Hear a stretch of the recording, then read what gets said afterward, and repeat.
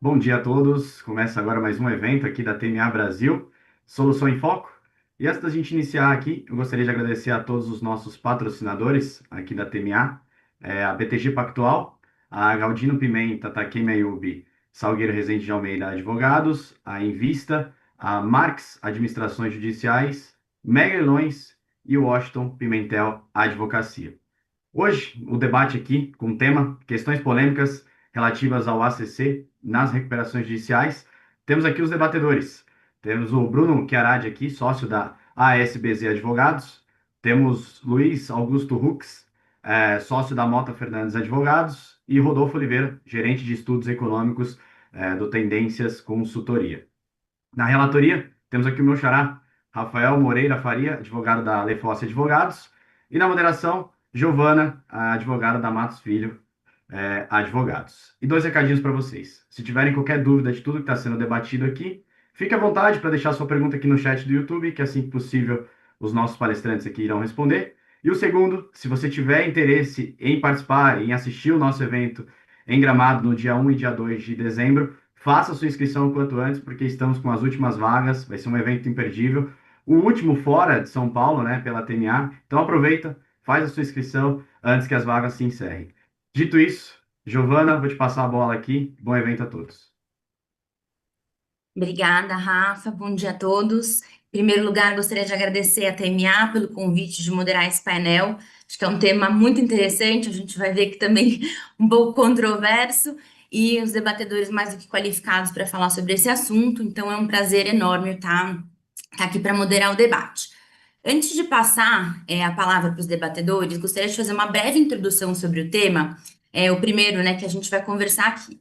Então, o ACC, né, o adiantamento de contrato de câmbio, ele é expressamente excluído da recuperação judicial nos termos do parágrafo 4 do artigo 49 da Lei 11.101, mas a lei, ela é silente em relação à cobrança desse crédito no âmbito da recuperação judicial.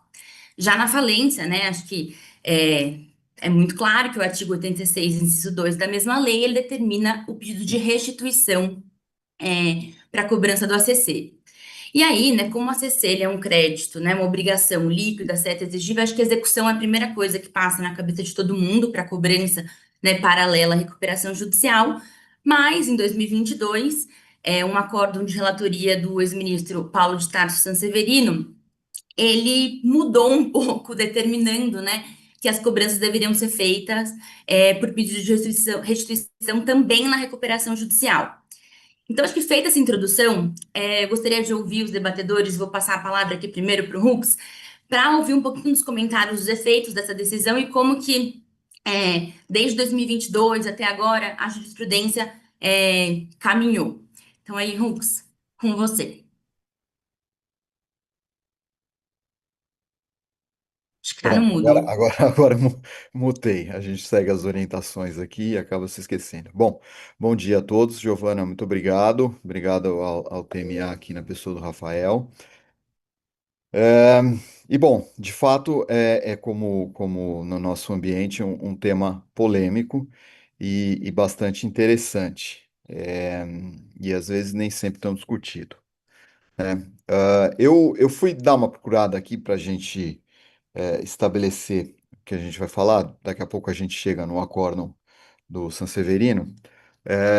Mas aí eu fui me lembrar um pouco do porquê dessa história do pedido de restituição e o adiantamento de contrato de câmbio. Se a gente olhar lá para trás,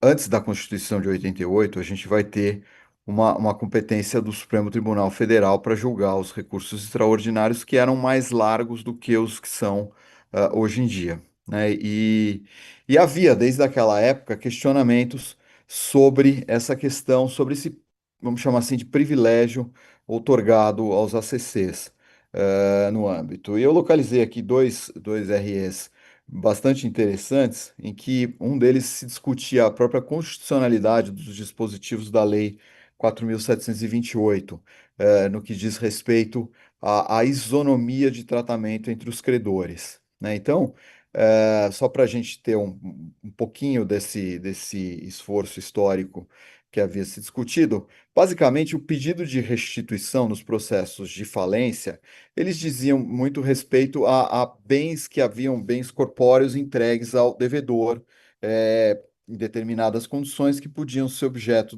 de uma retirada logo após ao evento de insolvência, a quebra da empresa, né, da sociedade, na época do devedor, como a gente quiser. E, e aí o questionamento era no sentido de que, ora, se eu estou falando de dinheiro, né, o dinheiro é, por excelência, um bem fungível, né? Então, como que eu concilio esses dois mundos do pedido de restituição, e a entrega do dinheiro, né?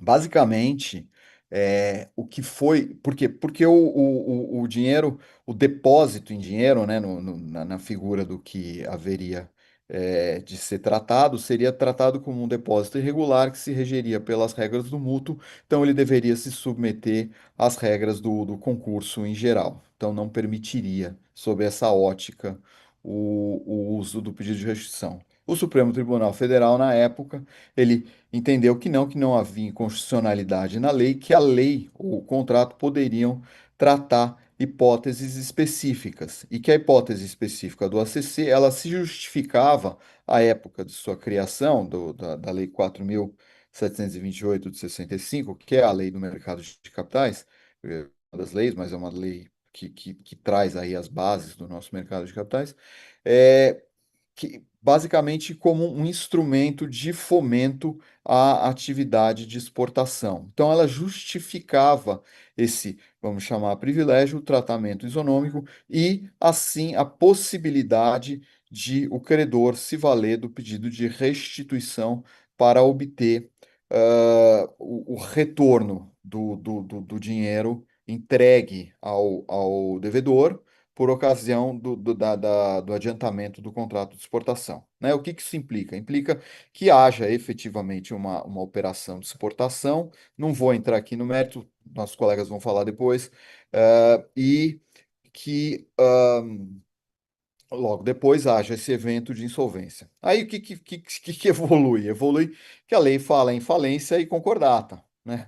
A lei não foi reformada ali para trazer o Instituto da Recuperação Judicial. Aí traz novos questionamentos já no âmbito da nova legislação de 2005 sobre a validade, o uso e tudo mais do pedido de restituição. A gente tem aí os primeiros doutrinadores escreviam que o pedido de restituição era exclusivo do processo de falência, não se aplicando à recuperação judicial, e aí devendo os credores se valerem do processo de execução.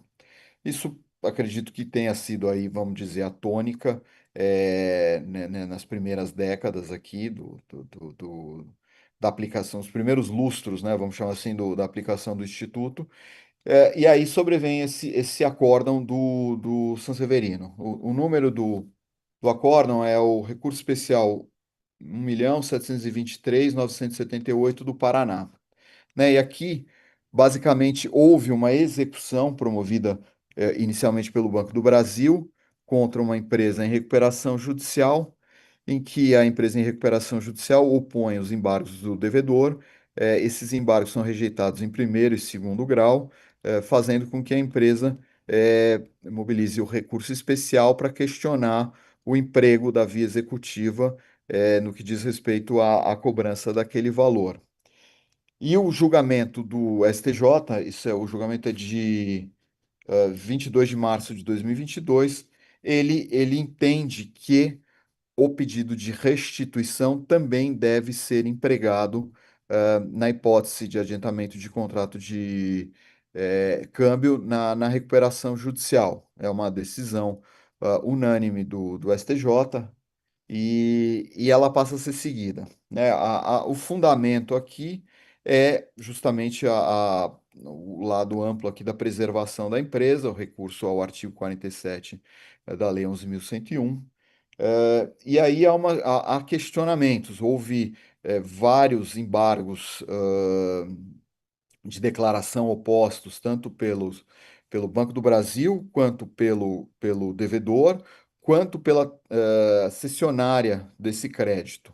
Então, cada um tentando adequar aquela decisão do Superior Tribunal de Justiça ao seu objetivo, né? No final das contas, houve um entendimento de que o pedido de restituição era a via adequada. O último embargo de declaração, esse já oposto e julgado, pelo menos em 24, tratava da hipótese, bom, eu tenho a execução ali seguiu, agora o tribunal me disse que eu tenho que entrar com pedido de restituição, mas a recuperação judicial foi extinta, né? Esse é um outro problema. E agora, o que que eu faço? No final das contas, o STJ falou, bom, ok, a execução a recuperação judicial foi extinta, mas essa questão não foi discutida nas instâncias inferiores. A gente sabe como a jurisprudência do Superior Tribunal de Justiça se expressa, e ela acabou negando esses embargos de declaração e acabou condenando o embargante numa multa, pelo que ela entendeu, por uma litigância protelatória. De forma que, até muito recentemente, depois a gente vai ter aqui uma exposição aqui do Bruno, nós tínhamos esse posicionamento que vinha sendo seguido, que durante o curso da recuperação judicial, o adiantamento do contrato de câmbio deveria dar ensejo pelo lado credor ao pedido de restituição na forma do artigo 86, inciso 2º. Eu acho que, para começar, era o que eu queria falar. Giovana, entrego a palavra para você. Obrigada, Luiz. Acho que ficou super claro, né, como a jurisprudência caminhou desde a decisão do Sanseverino, né, em favor do pedido de restituição. Mas o Bruno, acho que tem uma novidade, como você falou, recentíssima aí. Então, vou passar a palavra para o Bruno para nos atualizar. Oi, Giovana. Bom dia a todos. Prazer estar com vocês aqui. Também agradecer a TMA aí, em nome do Rafa, a organização dele também sempre muito bem feita. Vamos lá. Queria falar um pouquinho do histórico também, né, fazendo um paralelo com o que o Hux colocou, tá? Tem as questões, tem o Acordo de São Severino, que tornou a questão um pouco mais maciça, né, nas últimas decisões, meritórias de RESP mesmo, né? Mas também tem na quarta turma alguns recursos decorrentes de conflitos de competência. Pelo que eu olhei, em paralelo a essa lógica que é mais pretérita ainda que o Hux colocou, que vem desde a época do decreto, da legislação anterior de falência, houve uma decisão, em certo momento lá da Galote, em que ela está decidindo sobre diversos temas de um conflito de competência, que é uma esfera que a gente sabe, em que não se aprofunda muito em temas meritórios, né? Em que ela trata de pelo menos três assuntos, fala de questão de coobrigado, se a execução pode continuar contra coobrigado, fala de bens essenciais, e também no meio ela fala sobre a questão dos ACCs. Essa decisão é de 26 de 9 de 2018.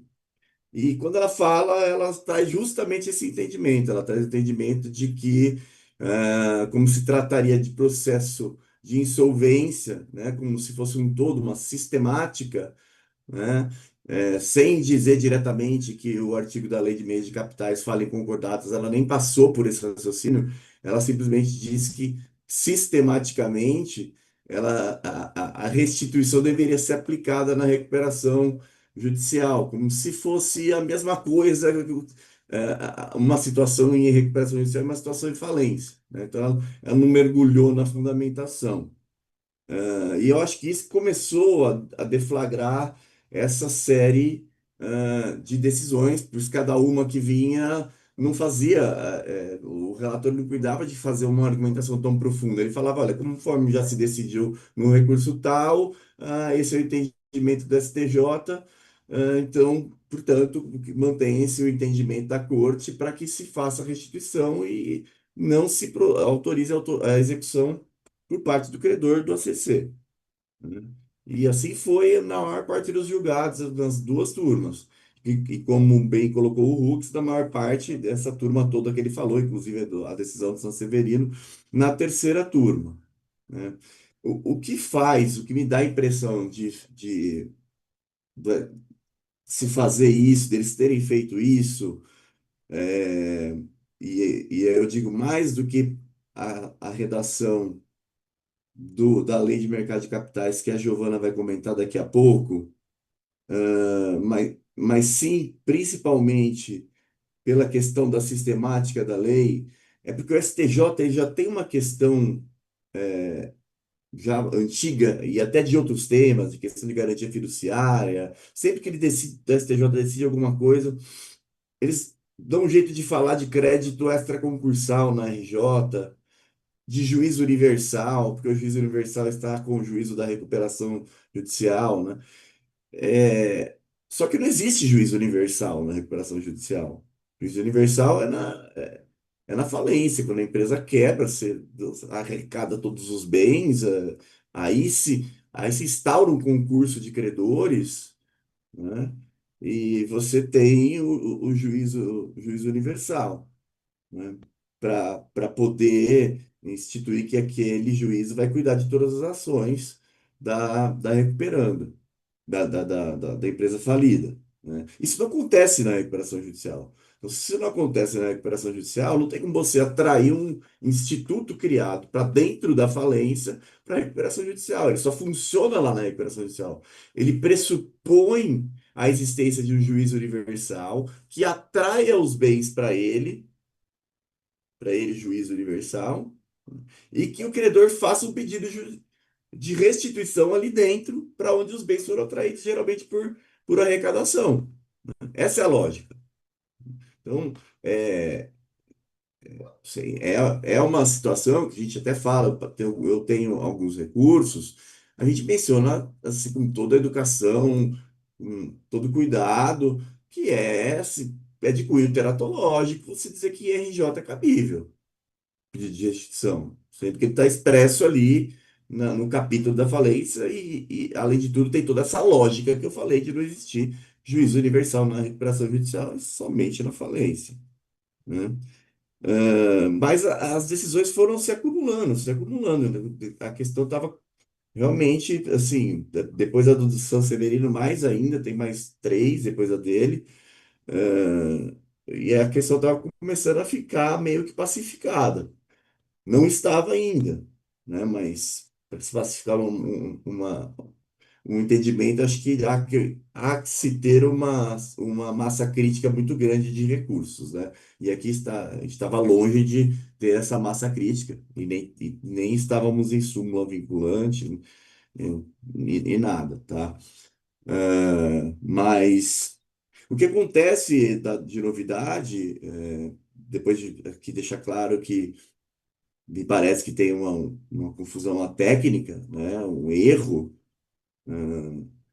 Houve um julgamento recente, no caso da recuperação judicial da WHB, lá do Paraná, né, em que a quarta turma, saiu publicado ontem esse acórdão, é no ARESP 180-6861, para quem quiser ver, já está lá disponível o acórdão, em que o ministro Antônio Carlos Ferreira faz um voto para continuar nessa toada de restituição e de seguir o que os anteriores decidiram, mas o ministro Raul já vem com um voto pronto divergente.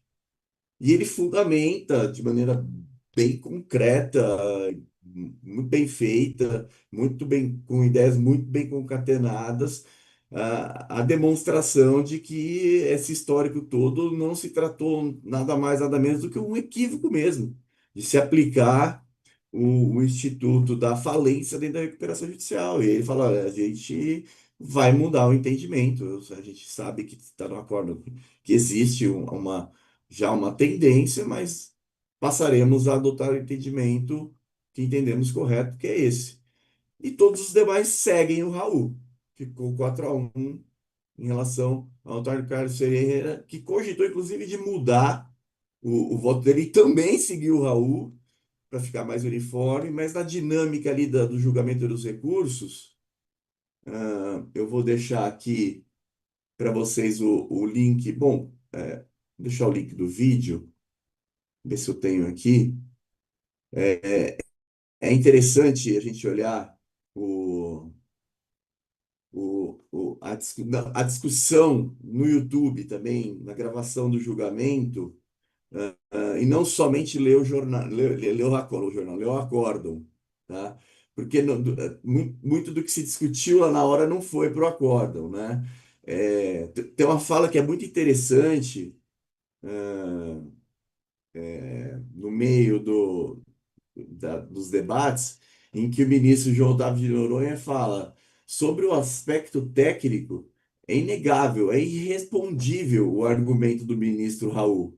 Porque, na realidade, aqui, se é excluído da recuperação judicial, não tem que vir por nenhum outro modo, né? Aqui ele já tá falando de uma maneira mais coloquial, tá? É, E aí, de forma mais coloquial ainda, ele arremata: nós temos que ter humildade de nos reposicionar toda vez que o equívoco é manifesto. E aqui o equívoco é manifesto. Então, junto com o acórdão, a gravação desse julgado é um marco de novo, né? A gente teve o marco da decisão do Sanseverino, o marco da decisão da Galotti, que começou a puxar todos esses acórdãos, e a gente agora tem o marco para que haja uma reviravolta, porque daí pode surgir o embargo de divergência num outro recurso da turma. Eu acho que tudo vai acabar num recurso assim, em que a segunda sessão vai tratar do tema e decidir como um todo entre as duas turmas por algum embargo de divergência. Eu acho que é o mais natural, né? Eles inclusive mencionaram que isso poderia acontecer e me pareceu que é a intenção deles, para que eles se alinhem entre si lá as turmas, né? Mas de fato é um julgado histórico aí em relação aos últimos 10 anos do que se decidiu sobre a CC no STJ. Então, esses são os meus comentários iniciais aí, gente. E bombásticos. Obrigada, Bruno. Acho que para fechar esse tema, né, que, enfim, essa decisão de quarta-feira passada, acho que você falou, realmente é uma decisão que vem na contramão do que estava acontecendo nos últimos 10 anos, então a gente tem um pouco aí de insegurança jurídica, e acho que eu só queria fechar esse tema falando de insegurança jurídica, porque esse foi justamente o fundamento para a propositura de um PL pelo deputado Jonas Donizete. É o PL 98 de 2023, é um PL que ainda está aguardando a designação de relatoria de uma das comissões da Câmara, mas eu fui ler, né, o inteiro teor e a justificativa para o que eles querem nesse projeto, na verdade, é retirar a menção à Lei 4728 do inciso 2 do artigo 86 da Lei 11.101, porque a lei fala, né, que vai ser o pedido de restituição, a cobrança devida, né, no âmbito da falência, de acordo com o artigo 75, parágrafo 3º da Lei de Mercado de Capitais. E a ideia é retirar isso, porque o que o deputado entende, foi o que ele colocou, né, no relatório que ele fez, é que se confunde, né, porque a lei, como o Rux falou, né, de mercado de capitais fala em concordata e a gente aplica isso para recuperação judicial, não pode acontecer, porque quando a lei 11.101 ela foi promulgada, ela revogou o Instituto da Concordata, não foi uma substituição. Então, você não pode ler o artigo, né, da lei de mercado de capitais, onde era concordata, agora é recuperação judicial. Então, acho que é um PL bem importante da gente acompanhar. Eu até entendo que a gente tem outros PLs da lei mais importantes e urgentes, mas acho que esse vai ser importante também. Acho que além do que o Bruno falou, né, das próprias decisões que devem unificar e uniformizar o entendimento, mas esse PL acho que pode ser importante também. E aí, passando para um segundo tema, gostaria de ouvir os debatedores sobre a desnaturação, né, a descaracterização do ACC no cenário recuperacional, ou seja, né, quando o ACC ele é tratado como um mútuo, né, sob a alegação de que a finalidade da transação não foi a exportação, e aí esse ACC ele é tratado dentro da recuperação judicial, né, sujeito aos seus efeitos.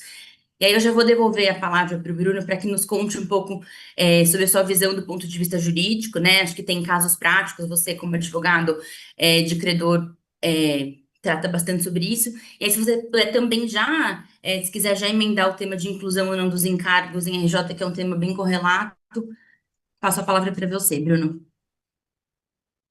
Tá, bom, seriam três situações aqui. Primeiro, eu queria falar só um pouquinho do projeto de lei, aí descaracterização e juros, né? Sobre o projeto de lei, assim, envolve muita questão política também, né? Se isso anda ou não anda, né, Giovana? É de 2023, não vejo movimentos céleres para que aconteça alguma coisa de fato ali.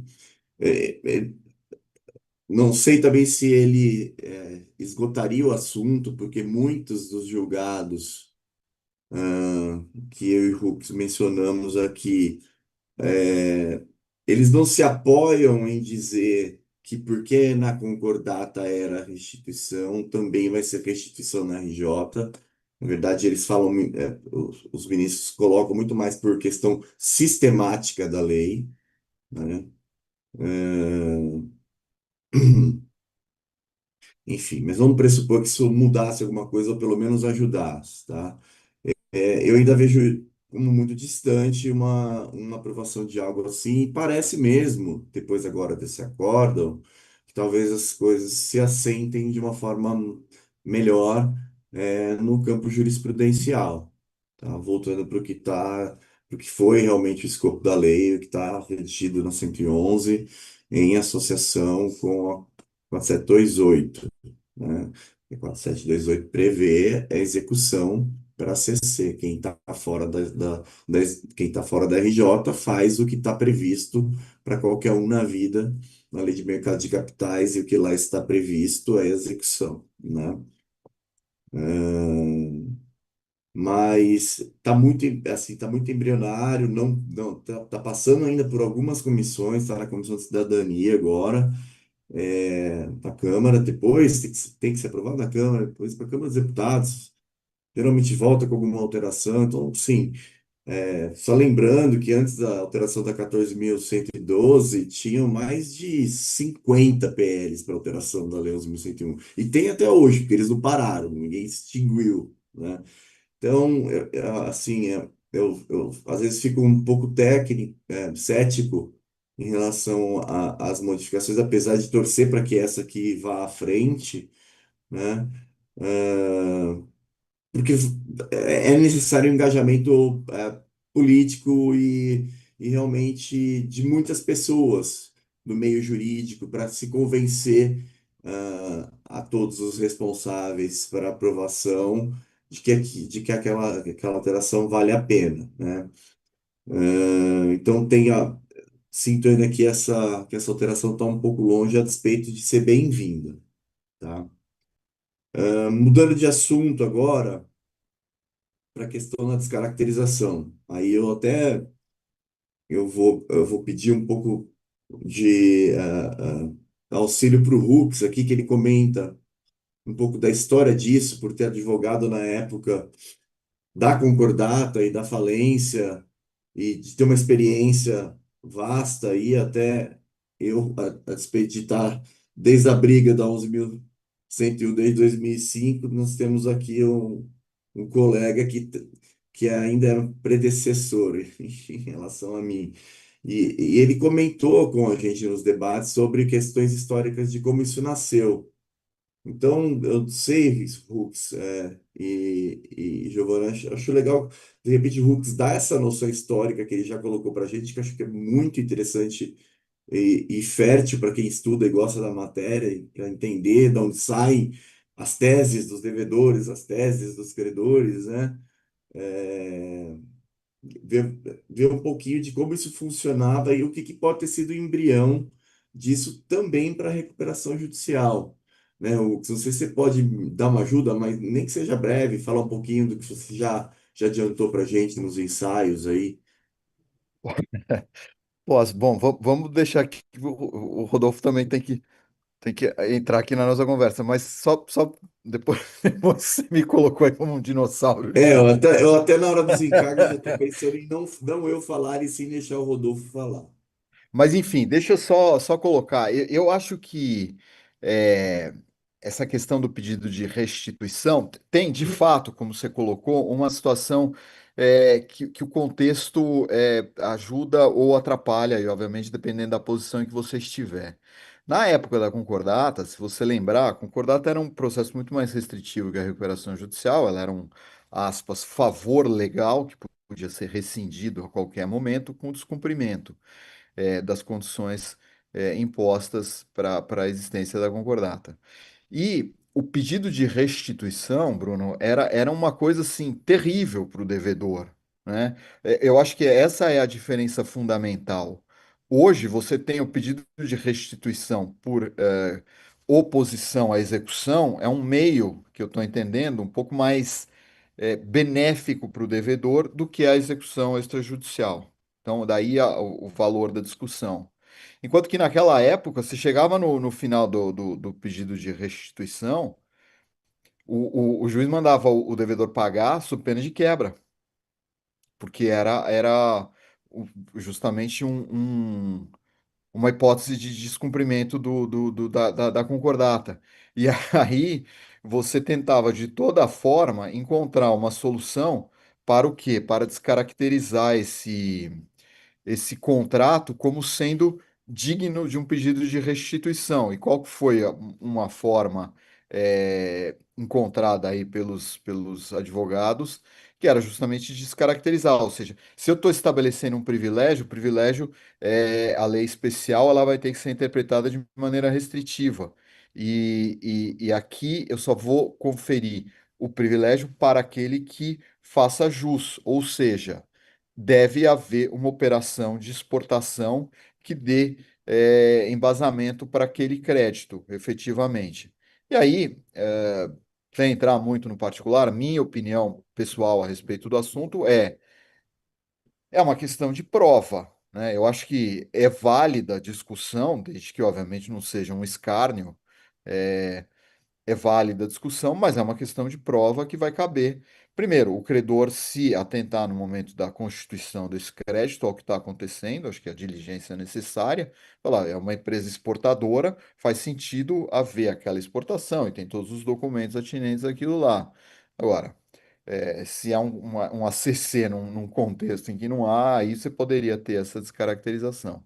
Mas acho que com a sofisticação, eu acho que é uma tese que existe, mas que ela deve perder muito força, fôlego, na medida em que os operadores de mercado se tornam cada vez mais sofisticados e exigentes na documentação dos seus contratos e das relações econômicas que dão suporte a esses contratos. Eu acho que é um pouco isso. Mas e hoje o pedido, como eu disse no começo, o pedido de restituição me parece ser uma alternativa mais confortável do que você enfrentar a execução com todos os seus meios coercitivos para o cumprimento da obrigação. Obrigada, Rux. Então, vou inverter aqui, Bruno, como você sugeriu. E aí, vou passar a palavra para o Rodolfo para a gente dar chance, né? Um monte de advogado falando, a gente não dá chance para os outros. Então, Rodolfo, a gente queria ouvir um pouco você sobre esse lado, né? Econômico-financeiro, né? Em relação a como funciona o ACC, em relação ao modelo de operação, as taxas aplicadas, se essa operação representa algum tipo de vantagem para o devedor. Acho que vai ser muito rico aqui ouvir esse outro lado. Bom dia a todos, estamos estando bem, né? É um prazer estar aqui junto dos demais membros aí do painel. Substancialmente aí mais baixas, taxas de juros substancialmente mais baixas do que capital de giro tradicional, né? E isso que permite com que esse player, com que essa empresa, ela produza algo que chegue lá fora com um preço competitivo, né? Compensando aí em parte aí o que a gente chama aí de custo Brasil, né? Tem série de temas, é tema muito amplo. Quando a gente vai olhar a taxa de juros, né, a gente está falando de taxas aí capital de giro, né? Eu até estava olhando os números mais recentes do Banco Central, né? Capital de giro tradicional, a média do mercado, aí a gente está falando de taxas anuais acima de 20%, enquanto do ACC, né, está falando aí de 7%, 8%, de um dígito, né, considerando os dados mais recentes. E essa diferença vai na lata aí para o preço final do produto desse exportador, né? Aí vamos para o ponto, né? Assim, quais são os pilares aí, quais são os pontos fundamentais que justificam essa taxa mais baixa? Tem, tem um ponto aí que é bem da economia e tem um ponto que é mais do direito. A taxa de juros aí ela não é mais baixa porque o banco é mais bonzinho com o exportador. Não é caridade, é instituição financeira. O banco, né, quando ele, na concessão da CC, ele tem um funding, tem um custo de funding menor, né?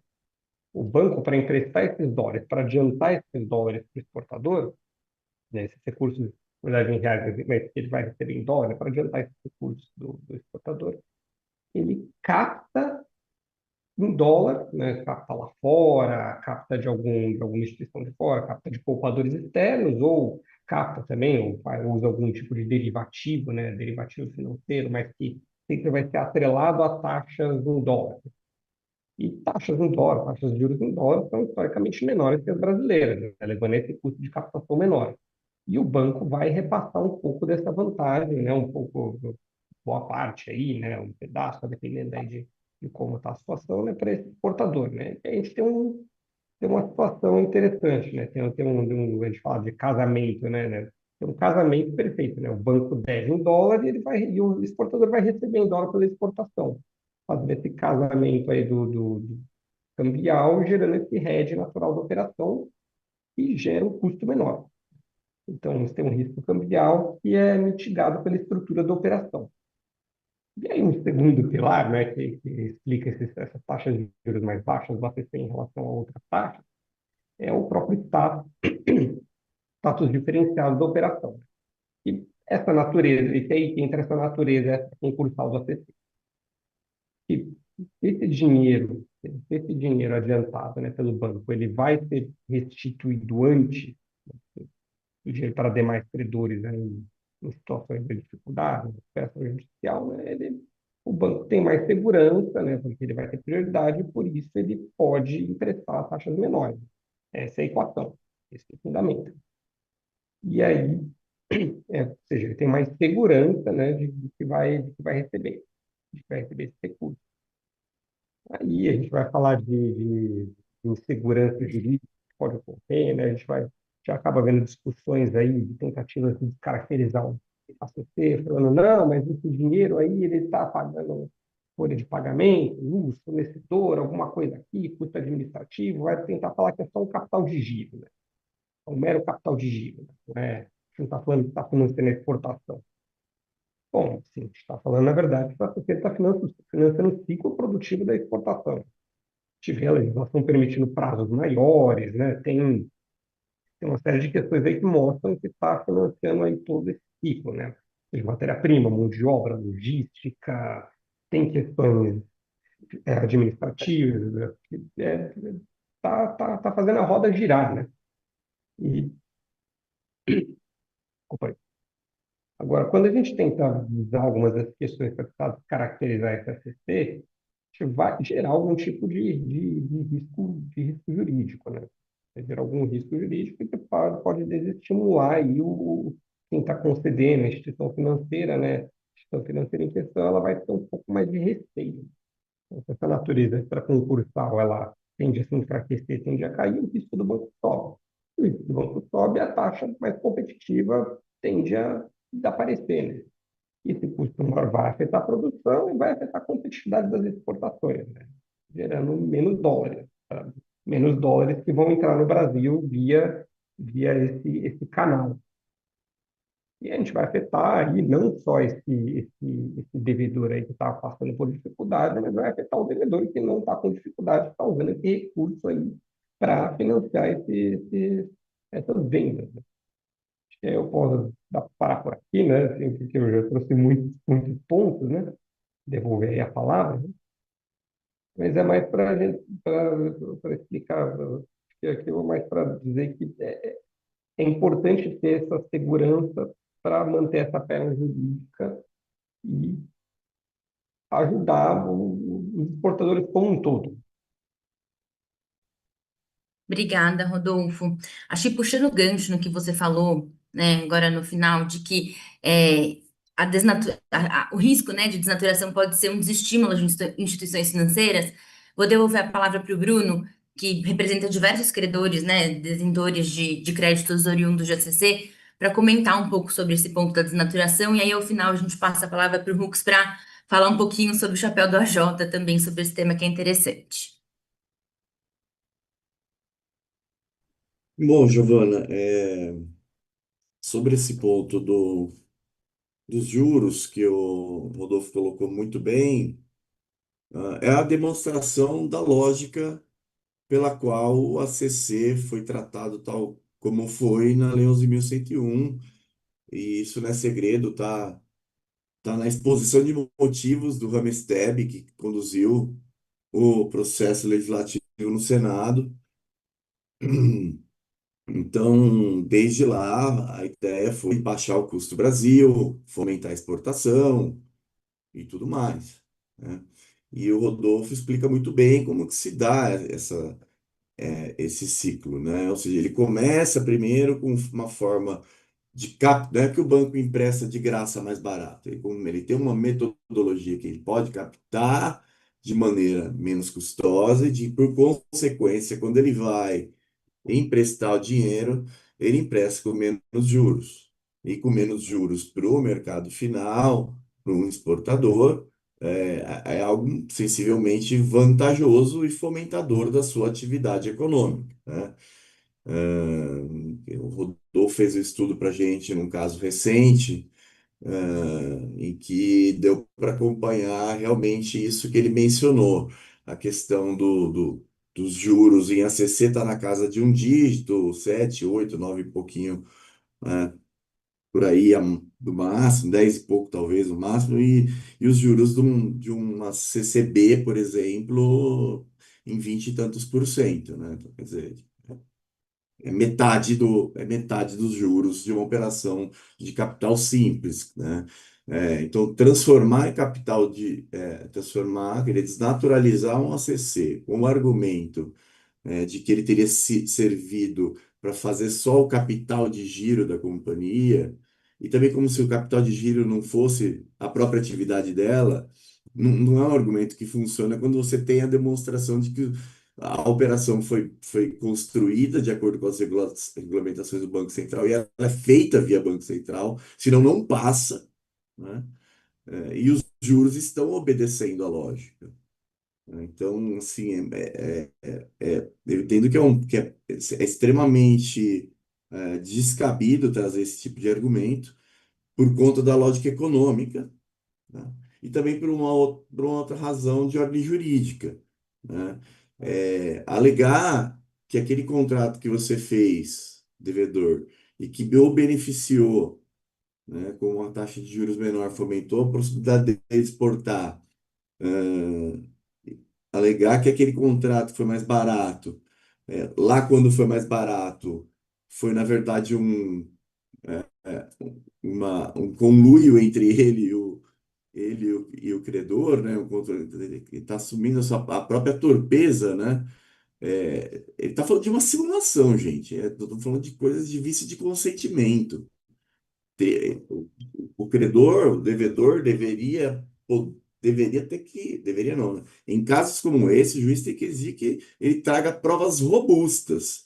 E não meras alegações de que isso aqui serviu para o meu capital de giro. Sim, lógico que vai servir para o capital de giro dele. Ele é uma trade que exporta, ele precisa do ACC para capital de giro de exportação. Simples assim.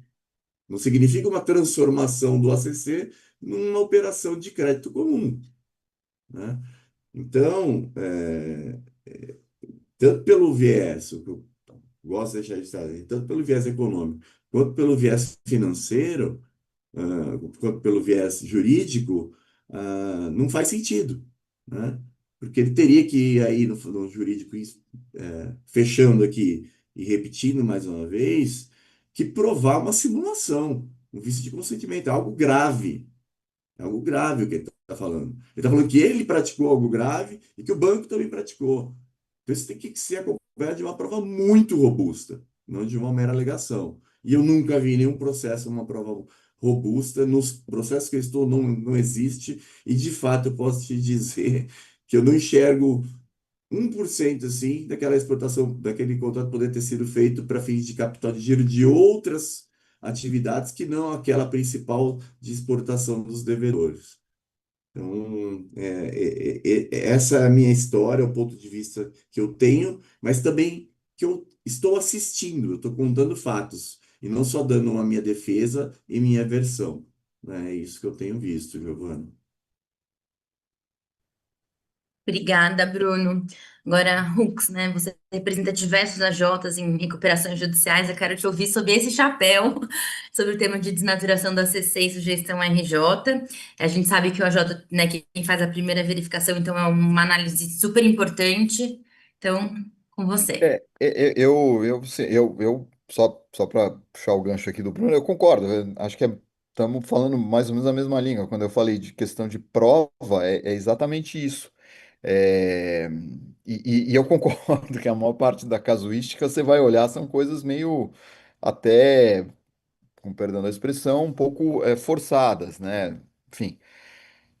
Mas é a lógica. Só fugindo um pouquinho do assunto, e aí talvez o Rodolfo tenha essa recordação, a gente teve um problema razoavelmente semelhante na questão econômico-jurídica aqui no Brasil, que foram as operações de leasing para o consumidor no final da década de 90, né? A gente lembra o Plano Real, aquela euforia do dólar a R$ 1 e todo mundo captando. eh, Recursos lá fora e trazendo e fazendo o leasing aqui para financiamento de bens duráveis, como por exemplo automóveis. Daí a coisa começou a mudar, né? Quando o dólar teve aquele disparo, e a gente teve uma reação, foram os consumidores procurar a justiça para falar, olha, não houve essa captação, tem que provar a captação. No final das contas, houve um prejuízo muito grande para a operação em si. Eu não tenho os números, talvez o Rodolfo tenha, mas, enfim, no final das contas foi uma forma de financiamento até interessante que minguou muito. Então, acho que é um jeito de demonstrar como esses dois universos, a economia e o direito, eles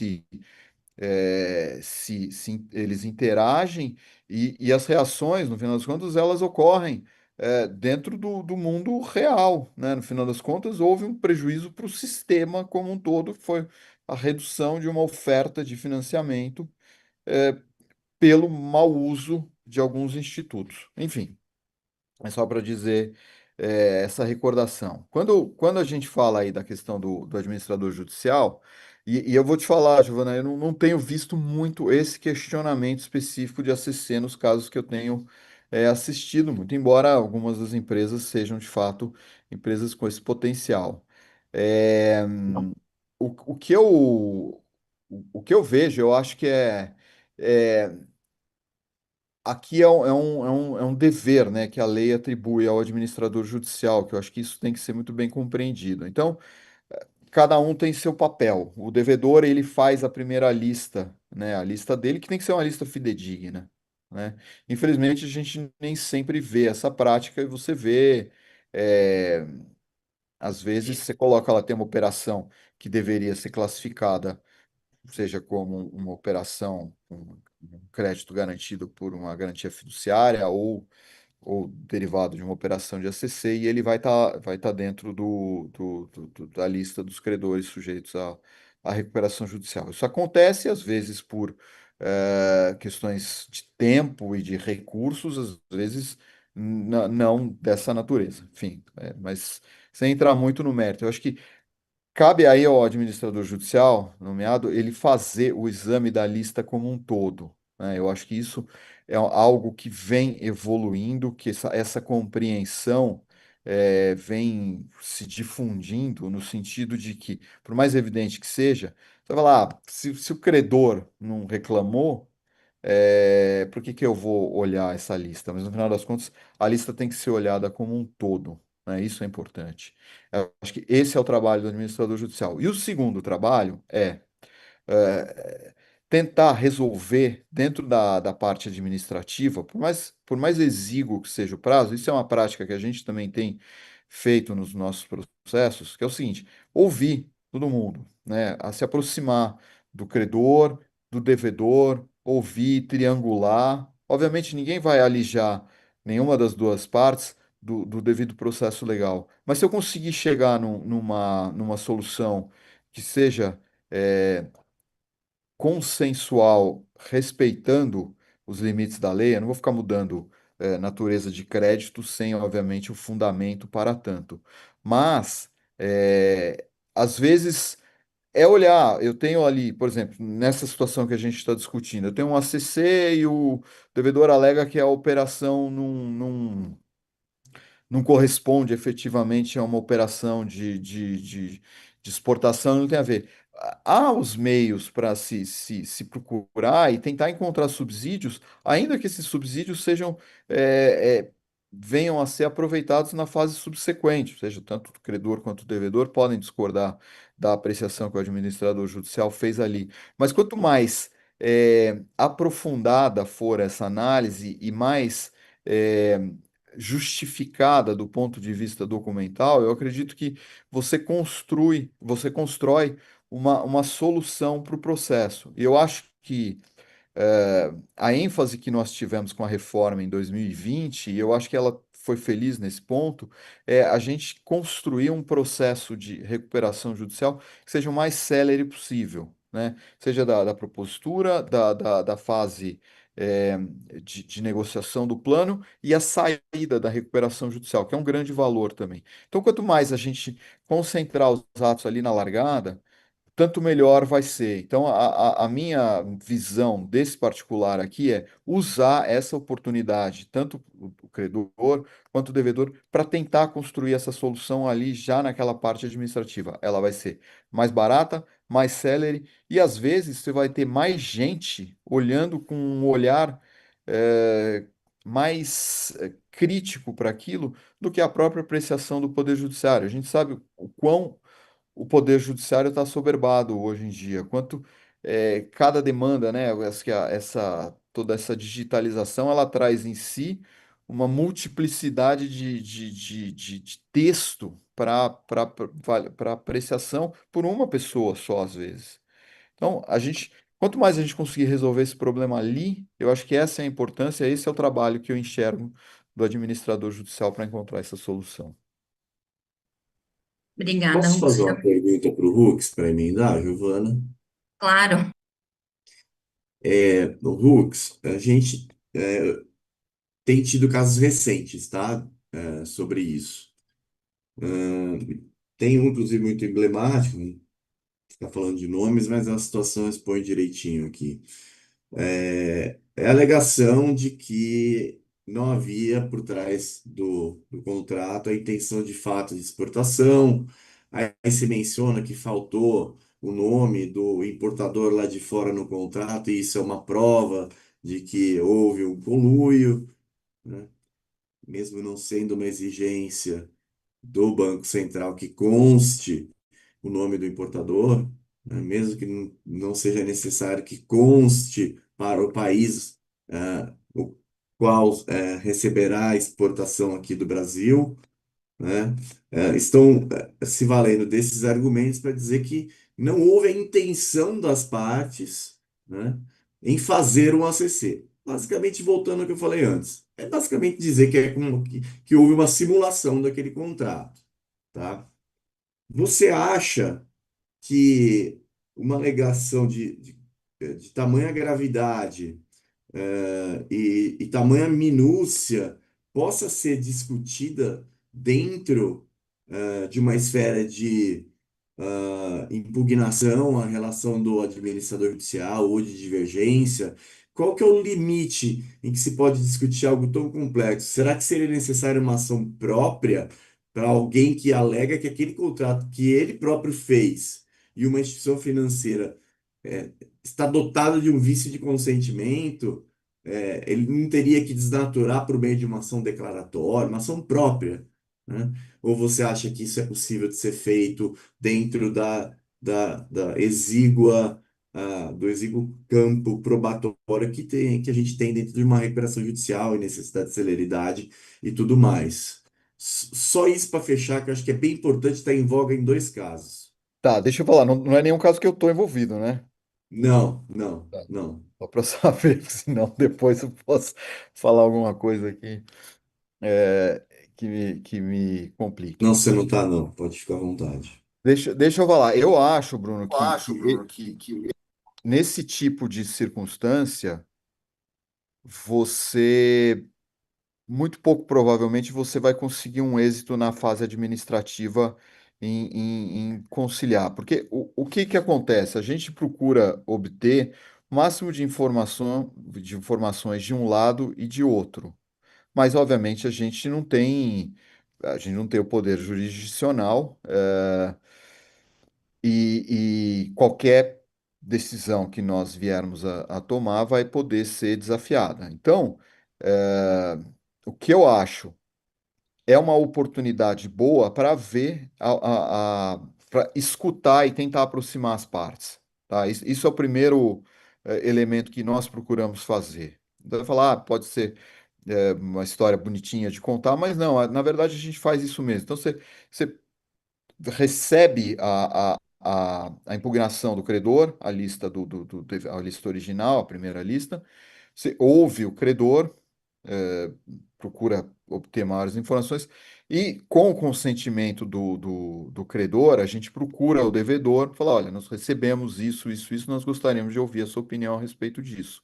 Né? Isso, o que eu trago aqui é falar o seguinte, eu consigo, com isso, construir. Primeiro, eu vou te dar uma opinião sincera do que eu acho a respeito daquela circunstância. Se aquilo é razoável ou não é, e aí você vai ter a avaliação, se aquele crédito tem que ser excluído ou não.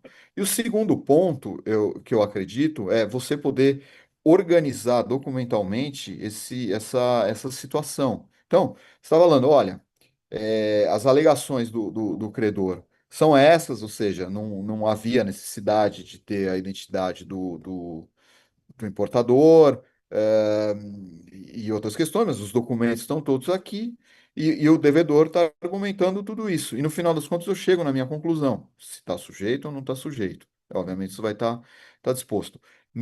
Se há um grau muito grande de litigiosidade, isso vale para o CC, vai valer para a questão de garantia fiduciária, mesmo para a questão de avaliação de garantia real. São pontos em que há muita sensibilidade nessa parte administrativa. Isso vai acabar sendo dirimido pelo Poder Judiciário.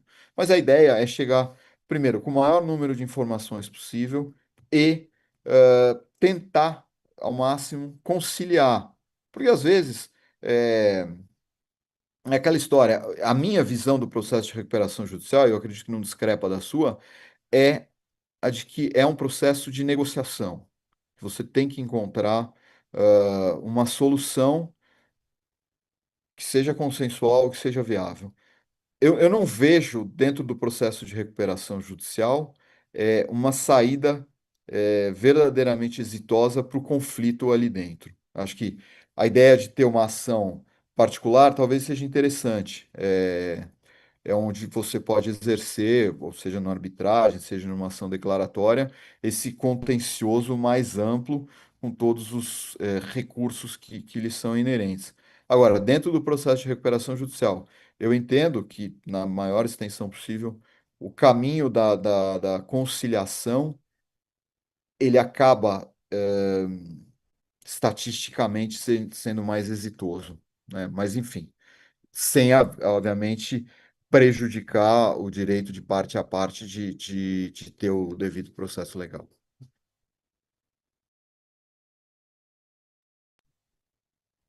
Bacana. Respondido, Bruno. Então, Muito, obrigada. muito boa. Boas as colocações. Queria só complementar o ponto do Hulk sobre o leasing. Eu, por curiosidade, eu fui até procurar para ver quanto estava o leasing hoje em dia em relação ao que era antes, para explicar também de um instrumento que acabou passando por insegurança jurídica, né? O leasing ele até deixou de ser discriminado pelo Banco Central na sua divulgação principal de linhas de crédito, né, de estatísticas de crédito. O leasing acabou tá junto agora do outro, se eu não me engano, assim, porque virou resíduo. Sendo que foi lá atrás, como colocado aí, um importante instrumento aí no final dos anos 90, meio dos anos 90, pós início do Plano Real, que ajudou aí a desenvolver o mercado e que acabou morrendo em função de questões de insegurança jurídica, né, prática, né? Esse complemento aí sobre esse ponto. Obrigada, Rodolfo. Agora eu já vou devolver a palavra para vocês para as considerações finais. Acho que, Rafael, também a gente quer ouvir você. Então, Rodolfo, acho que se você já quiser começar, já está aí na tela, fica à vontade. Vamos lá, né? Assim como o caso do leasing e outros aí, né, o ACC ele não é um privilégio bancário. Não está dando nenhum tipo de privilégio. Ele é um instrumento desenhado para ajudar a inserir esse exportador, né, do Brasil no comércio internacional, dar competitividade para ele. E como outras políticas, outros mecanismos que existiram aqui nesse período, né, foi muito importante aí nos anos 70, nos anos 80, até um pouco dos anos 90, quando o Brasil enfrentava aí esses momentos de restrição, né, crise de balanço de pagamentos, crise da dívida, né, e ajudava dar alívio, né, dar alívio aí para as contas externas brasileiras. Acho que quando a gente vai analisar esses contratos, analisar esses debates, litígios, né, a gente tem que entender que um dos objetivos a gente tem que, vamos dizer, preservar aí, né, esse caráter, né, preservar a integridade aí do instituto, ou então entender que tem consequências, né, se, se o ACC passar a ser, deixar de mudar, se mudar a natureza do ACC, vai mudar, a taxa de juros dele também vai mudar. E com isso, né, quando a gente ameaça esse caráter aí extraconcursal do instrumento, né, a gente não está punindo o credor, a gente está punindo todo mundo, né, a gente está punindo todo mundo que utiliza esse instrumento, né, porque tende a encarecer o crédito, né, porque vai estar deixando de ter essa... Vai, a taxa de...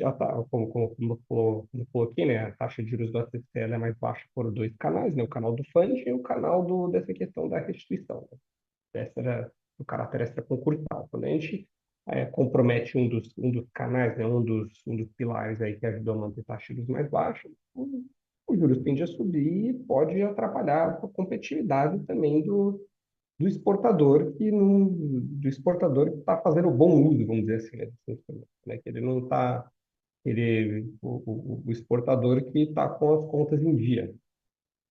Então, eu acho que é importante tentar proteger, né, essa ferramenta, né, para não acontecer, como muito bem colocado aí pelo Hux, essa questão acontecer como ocorreu com o Liz.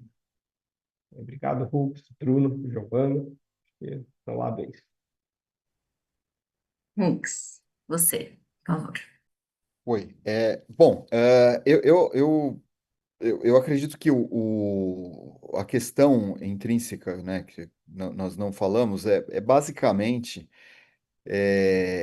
como a lei foi construída e está sendo ditada durante o tempo. Basicamente, a gente tem créditos que estão sujeitos, créditos que não estão sujeitos. Isso é uma questão de política legislativa e a lei é assim. não- Cada um tem sua posição a respeito da conveniência ou da inconveniência desse fenômeno, mas o fato é que a lei é assim. Aí e como lei, eu acredito que ela deve ser respeitada. O que eu acho aqui que é perigoso, e até me surpreendi, logo pouco antes da gente vir a público aqui, o Bruno trouxe essa novidade, que é essa oscilação da jurisprudência, né? Eu acho que o grande valor eh, da, da, do trabalho, e aqui vai um reconhecimento, eu acho que a TMA é muito importante nessa circunstância, que é o seguinte: antes da lei, nós tínhamos um cenário muito diferente para a prática de, vamos chamar, insolvência no Brasil. Era um departamento do direito relegado, sei lá, uma segunda linha, né? Da prateleira que ninguém queria mexer muito. Se fosse para quem frequentava o fórum, você ia lá, né? Você tinha os cartórios, papapá, e você tinha a sessão de falência concordada, que era um negócio meio empoeirado que ninguém gostava muito de mexer, até porque não andava.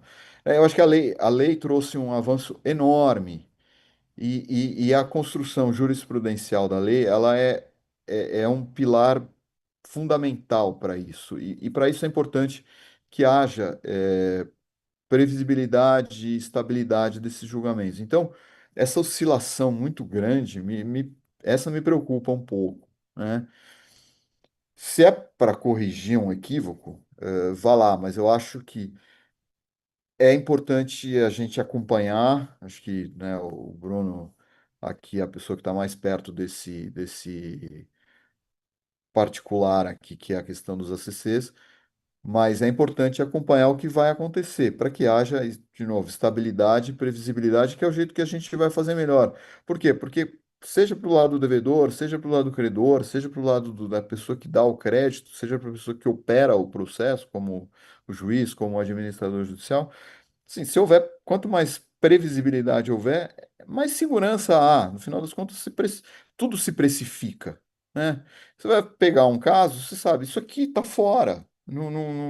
Posso tentar espernear, mas no final das contas, aquilo vai ficar fora e você vai ter que negociar com aquele credor de uma forma diferente. Isso está precificado. Como você vai separar o joio do trigo. Acho que essa é a mensagem que a gente precisa ter, é a estabilidade e a previsibilidade das decisões judiciais. Obrigada, Hux. Agora, Bruno, suas considerações finais também, por favor. Obrigado, Giovanni. Eu acho que eu estou na linha do Hux também, eu acho que é previsibilidade, ou seja, é, é honrar o princípio da legalidade, em primeiro lugar, né, a letra da lei. 11.101 é uma lei que sofreu muitas invasões, eu diria, de interpretação, né? E aqui só para deixar simbolicamente a questão do prazo improrrogável dos 180 dias, que foi mudado pela 1412 agora, mas que em certas situações já está sendo prorrogado depois de ser prorrogado pela primeira vez também. Então, às vezes a lei escreve uma coisa e a gente caminha por outro totalmente oposto. A gente tem que decidir se a gente é common law ou se é civil law, né? Que eu saiba, já está decidido que nós somos civil law. Temos que fazer o que está escrito na lei, né? Não legislamos por jurisprudência, né? Então é isso, é buscar a segurança. E para fechar, muito importante a questão de que em alguns casos a gente vê aquela argumentação, poxa, mas se eu tirar o ACC, a empresa, não sei quantos por cento da dívida dela é de ACC. Então, tá bom, mas isso é um argumento econômico, é um argumento da vida, né? Não é um argumento jurídico. Faz parte do risco do negócio dela ser exportadora. Se ela vai chegar no momento que ela não consegue honrar os contratos, tá lá, foi o risco que ela assumiu. Mesma coisa que, sei lá, fazendo um exemplo esdrúxulo, bem ilustrativo, que eu fosse fabricante de vodka e meu fornecedor de álcool começasse a me mandar etanol e tivesse. Eu precisasse entrar em recuperação judicial, porque eu não estou mais vendendo, e meu fornecedor tem certas garantias, e eu vou falar que eu não que como eu tenho todas as minhas operações nesse sentido com fornecedores de álcool amparado por certas garantias, por exemplo, garantias fiduciárias, eu não vou honrar essas garantias porque senão 90% dos meus contratos são dessa natureza. Ah, paciência, né?